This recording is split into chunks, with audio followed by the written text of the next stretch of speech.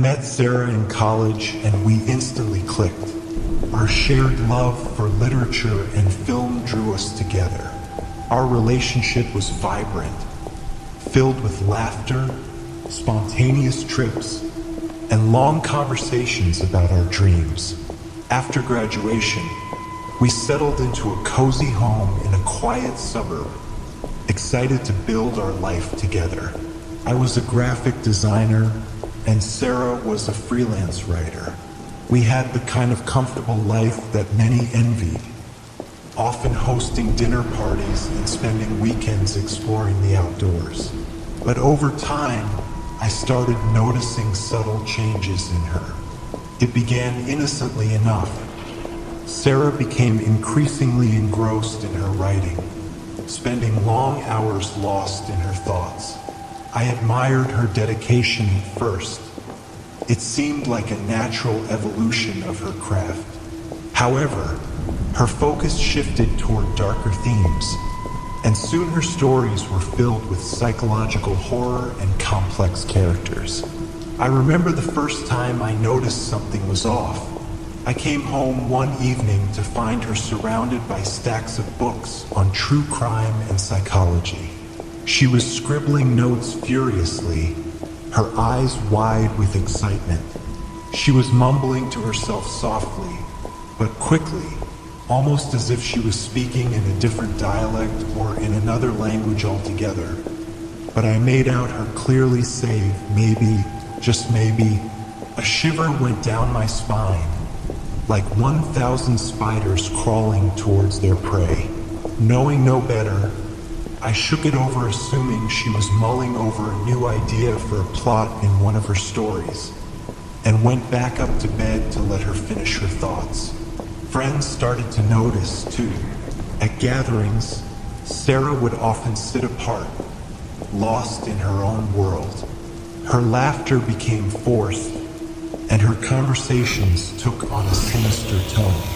I tried to talk to her about it, to remind her of our life together, but she brushed me off, insisting I just wouldn't be able to understand. When I suggested seeing a therapist, she became furious, claiming that she was perfectly fine and that I was the one who needed help. As the months passed, her obsession deepened. She stopped socializing altogether, hiding behind her work. I felt like a stranger in my own home. Nights became tense, filled with an uncomfortable silence broken only by the sound of her writing. I would catch glimpses of her in the dim light, her face illuminated by the glow of her laptop. But there was an intensity in her gaze that unsettled me. I tried to make sense of it all. I started doing my own research, desperate to find a way to help her. That's when I stumbled upon the concept of the dark triad: narcissism, Machiavellianism, and psychopathy. I couldn't shake the feeling that Sarah was slipping into a dangerous obsession with power and control, her personality morphing into something unrecognizable. As time went on, Sarah's transformation took a turn that I couldn't have imagined. It wasn't just her withdrawal from the world. It was the way her demeanor shifted. Her smile, once warm and inviting, had morphed into something unsettling. It was a tight-lipped grin, almost a sneer, that didn't quite reach her widened eyes with all of her teeth showing, tightly clenched to where you would think she would break them. When she smiled now, it felt as if she were indulging in a private joke that I wasn't a part of. I began to notice that she would watch me intently, her gaze piercing and unnerving, as if she were cataloging my every move. There were moments when I'd catch her staring at me with that same smile, breathing uncomfortably heavily, and instead of the affection I once saw, there was a glimmer of something darker, a cold satisfaction, sent shivers down my spine. One evening, I returned home early, hoping to surprise her.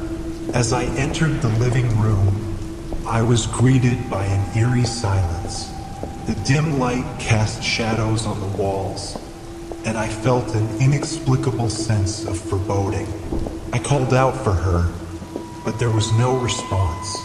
As I walked through the house, I stumbled upon her study, the door slightly ajar. Curiosity piqued. I pushed it open. What I saw froze me in place. The walls were covered with paper, notes, diagrams, and pages filled with frantic handwriting. At the center of it all was a typewriter, and perched on it was a manuscript labeled "A Gracious Wife." Innocent enough, my mind was at a brief ease.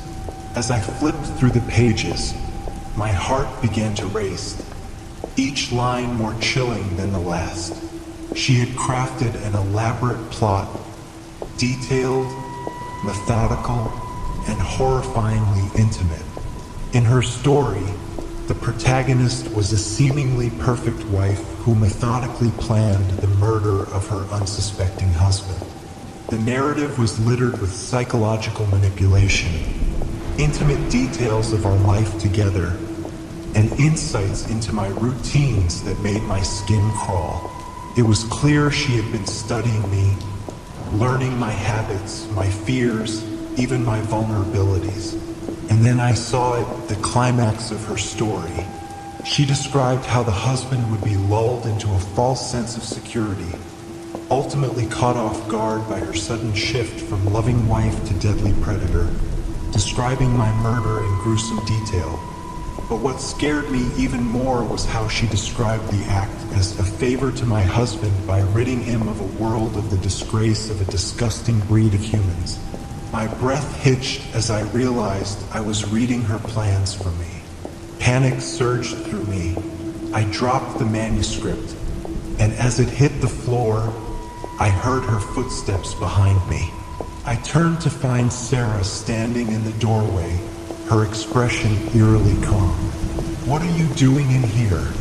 she asked, her voice smooth yet laced with an undercurrent of menace. I felt a surge of adrenaline. "Sarah, this is insane. You can't."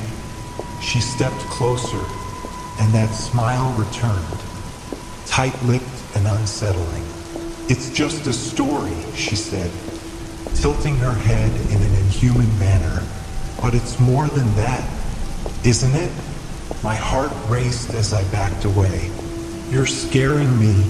Her smile widened, the glint in her eyes sharp and predatory.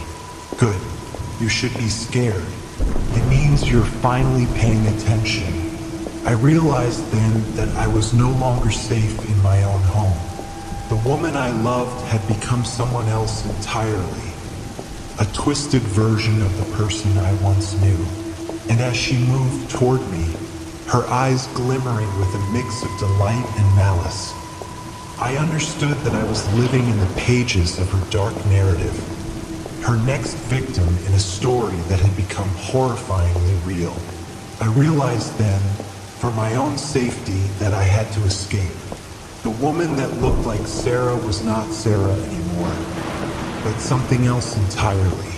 I crept down the hallway, my heart racing as I watched Sarah hunched over in the corner of the kitchen, talking to herself. "This is it. Tonight is the night," she whispered, her voice a mix of fear and exhilaration. In that moment, I felt a cold wave of dread wash over me. I knew then that wasn't my wife anymore. Desperation led me to confront her, but I didn't know what to say.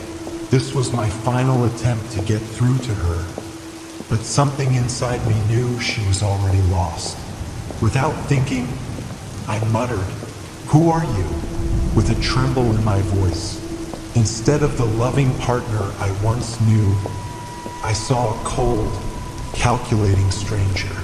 She slowly formulated that disgusting, tight-lipped, malevolent grin as she hissed only 3 words that will remain engraved in my mind forever. "Sarah is dead," while she slowly dropped on all fours and began crawling towards me, looking at me with that same grin on her face. A flood of emotions of sadness and utter fear passed over me. My entire body froze as I watched what used to be my wife begin picking up her crawling pace to a running speed, still crawling like an insect. Without thinking, my body took over and bolted me towards the door, with one last-ditch hope that I would find myself imagining this whole thing, that this was all just a crazy dream, and that I would wake up next to my loving Sarah in just a few moments. I turned around to see my wife was standing there, right below me, blocking the door. Her eyes were glinting with something dark and dangerous. "Where do you think you're going?"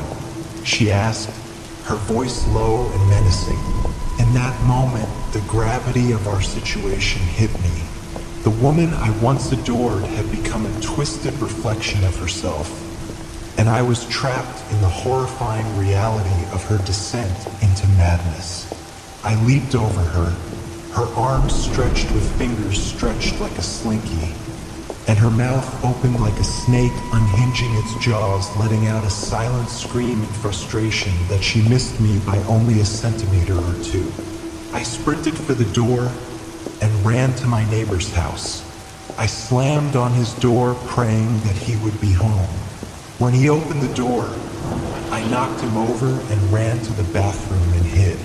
Now that I was alone, I was able to think, and all I could do was cry.